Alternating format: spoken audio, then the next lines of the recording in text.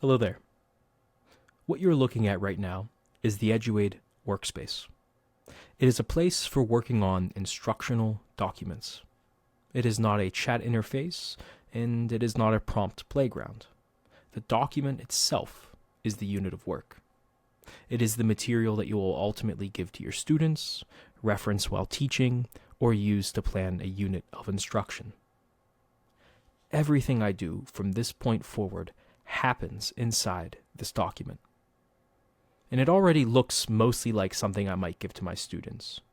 It's an informative text with questions made in Eduaide for an 11th grade world history course. And this all feels very familiar.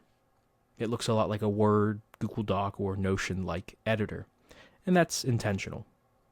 Eduaide meets you where you already do your work, which more often than not for teachers is a word processor or some like application, but we specialize that workspace for instructional planning.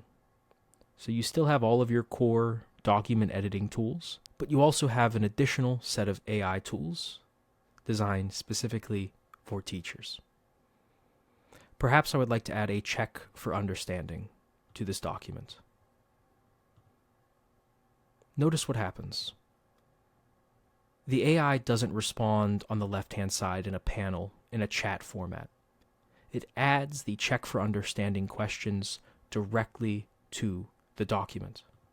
And now that they're in the document, they're fully editable.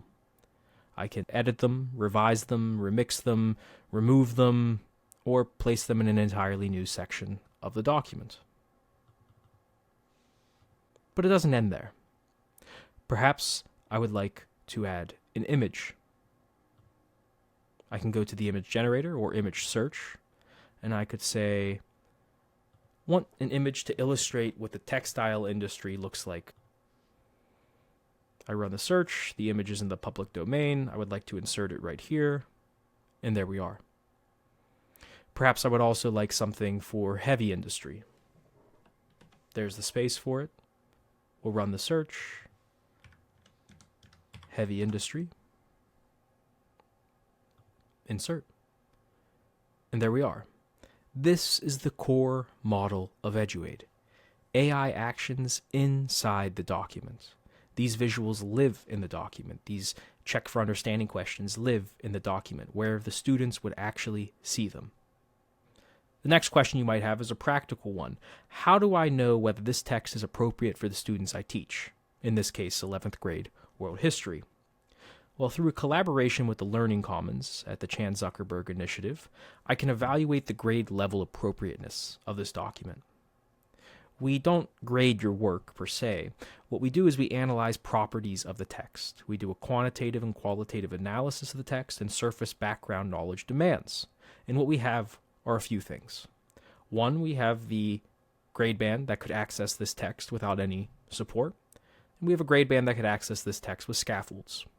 Perhaps I have students in my class that read at an 8th grade reading level. The recommended scaffolds are as follows. There are 8 of them surfaced here. And perhaps I create a revised version of the document. So here we are. Now I have a document with additional scaffolds in place. A glossary of key terms, discussion prompts in the review, guided reading questions peppered throughout the documents, captions for the images, all written with a single click. The key takeaway here is simple. Eduaide does not produce a final answer. It is a workspace designed by teachers, for teachers, to support instructional planning and revision more efficiently than a standard document editor or curriculum repository. The final output is the document that you export and use for your students, not the AI's first pass. It comes from your instructional intent. And if you understand that, you understand how Eduaide is meant to be used.